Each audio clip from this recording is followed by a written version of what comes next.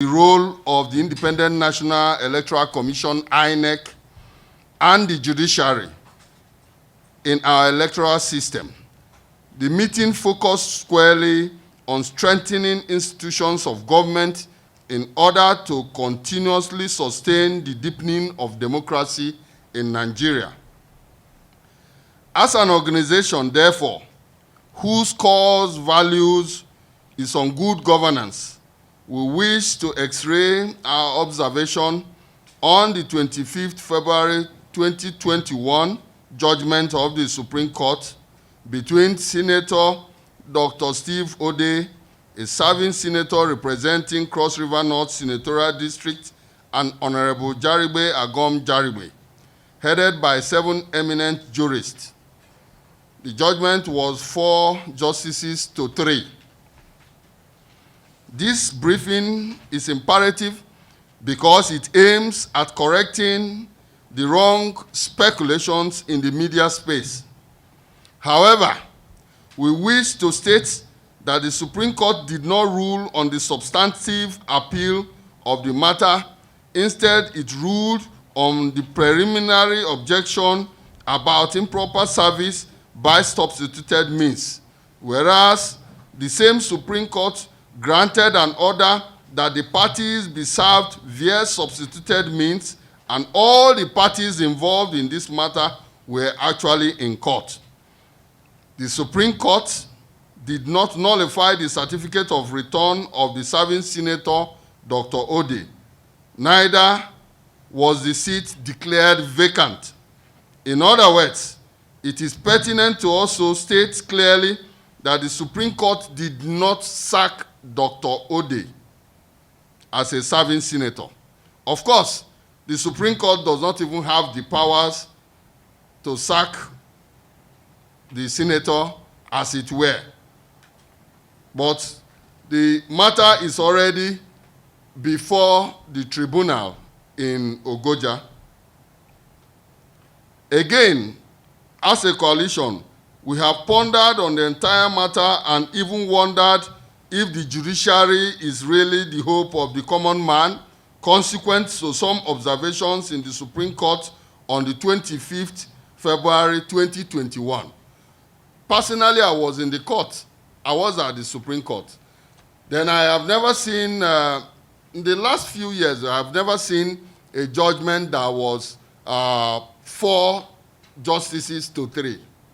You know, it's usually the 7 of them ruled synonymously to one side, or probably 1, you know. But for 3 to disagree with the position of the other 4, it means that there is something behind the scene.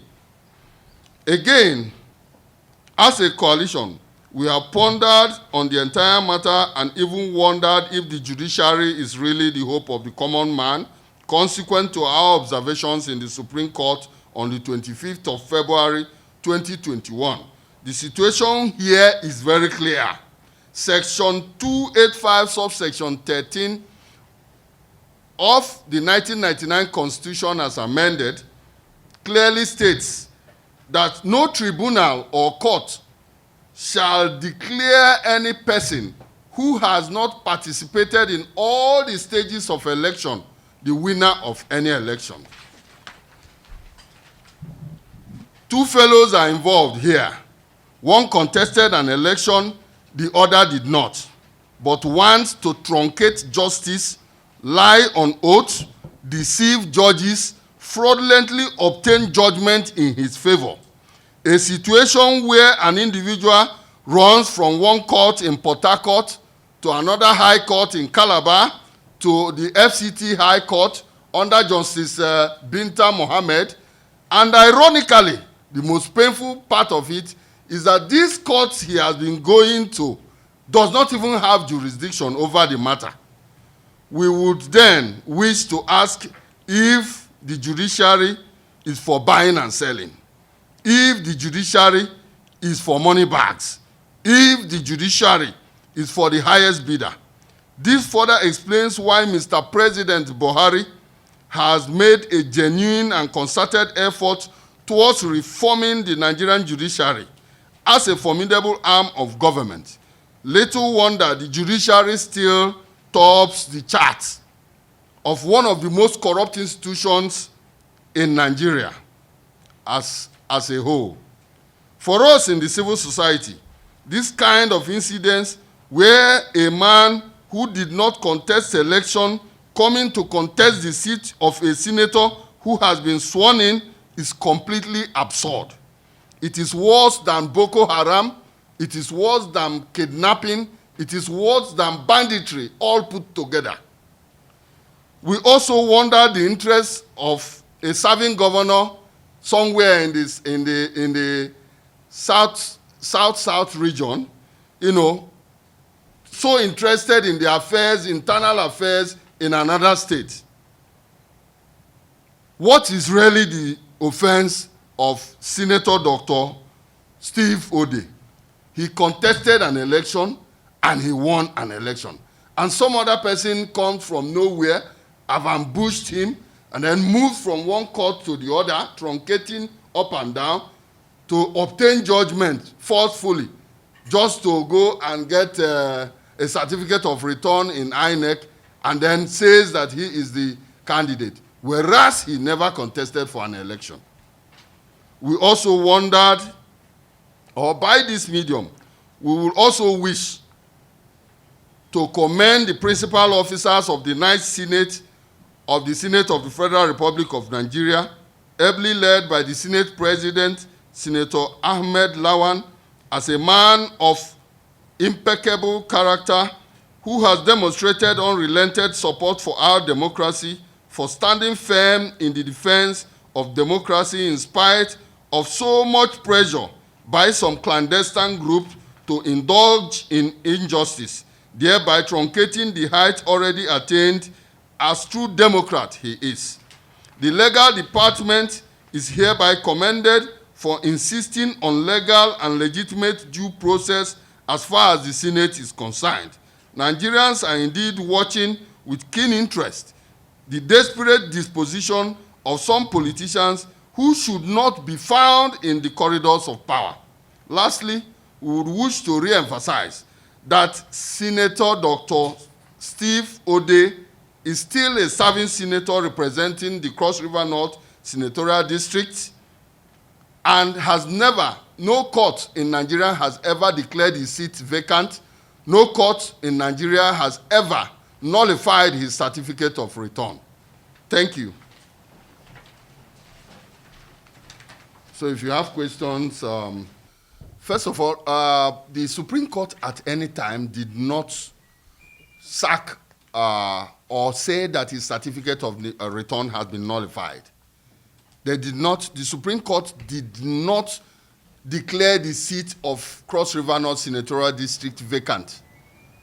The Supreme Court did not sack Senator Ode. The Supreme Court did not also nullify his certificate of return. So the seat is not vacant as we speak. What we are saying is that the matter is still in the tribunal. So it is only the tribunal that is empowered by law to actually sack if he deems necessary, because the matter is before the tribunal as we speak.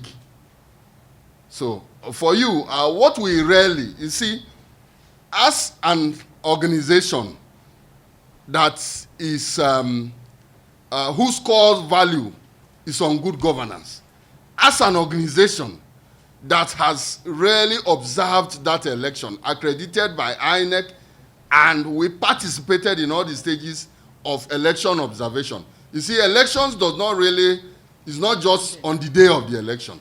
We have pre-election activities. And part of the pre-election activities is the primary elections that took place in Ogoja, Cross River State. We participated, we observed these election processes, and we know that as far as Cross River North Senatorial District is concerned, the People's Democratic Party fielded in one candidate, and that is Senator Steve Ode. And that is the man who also contested an election. And that is the man who has also been sworn in in the Senate of the Federal Republic of Nigeria as the true winner of that election. Recall also that Section 285, subsection 13 of the Constitution of the Federal Republic of Nigeria is so clear and very so unambiguous. It states that no tribunal or court shall swear in or shall declare anybody who has not participated in all the stages of election winner of any election. Let me tell you, we are concerned because we are worried. We are all shouting about kidnappers and Boko Haram, and I tell you that somebody who jumps from Port Harcourt court to Calabar court to FCT High Court, that thing, these courts do not even have jurisdiction over this matter. That situation is worse than Boko Haram and kidnapping and everything put together. It's so unfortunate that Nigeria, somebody who knows he never contested an election, is contesting the seat of somebody who participated in all the stages. I mean, I think everybody should stop contesting elections. Since you know you can always ambush somebody and then come and then manipulate some situations and go and tear the banana leaf from INEC that is a certificate of return, having told lies serially to obtain it. It's so unfortunate. We should not be talking about that at this jet age. We cannot be talking about this kind of, if Nigeria wants to make progress, we are interested in the quality of leadership we have in this country. We are not interested in situations or individuals here. Dr. Steve Ode is on his own. Honorable Agom Jaribe is also on his own. But we are saying that the action perpetrated by Mr. Jaribe is unbecoming of a leader. He shouldn't even do it. In fact, I will ask his constituents to start a process of recall because his activities are showing that he is not fit to be a leader. So, you want to make some comments on... In this instance, you see, somebody appears to INEC with a court order. The duty of INEC usually is to obey all court orders. But INEC, it's not the duty of INEC to investigate how the person came about the court order. So for us, INEC is doing the right thing. But we have very desperate politicians, really very desperate politicians. First of all, you go to Port Harcourt. You junkate again to Calabar, no jurisdiction. You junkate again to FCT under Justice Binta. And then you lied on oath just to be able to obtain judgment and then rush to INEC. That is absurd. It shows that something is really wrong. And in all these cases, even the one in FCT Abuja, he did not sue the political party under the platform for which he is contesting. He did not also sue the person who is also the serving senator. So it shows you that there is something clandestine about it, and that the man himself is determined to perpetrate illegalities. Noted. You get to that point. Yeah, just to add to what what he has said. He has almost said it all. But from the gender perspective, I want to say that the trend is becoming unbearable. It is a rape on our democracy. You see, most of our leaders, or the so-called leaders, because I don't see them as leaders. You go to your house, you see it. Let me put myself on the track. I buy my form. I go through the process of screening.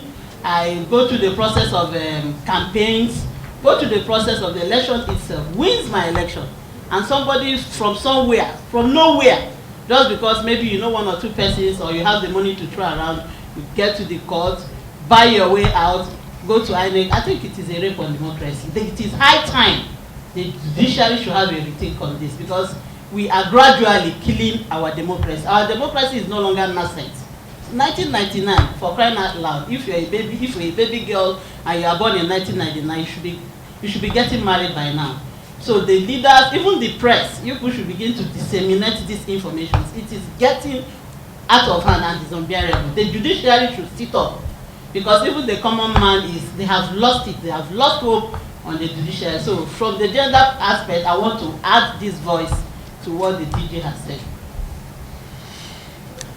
So in the absence of nothing, we'll power down.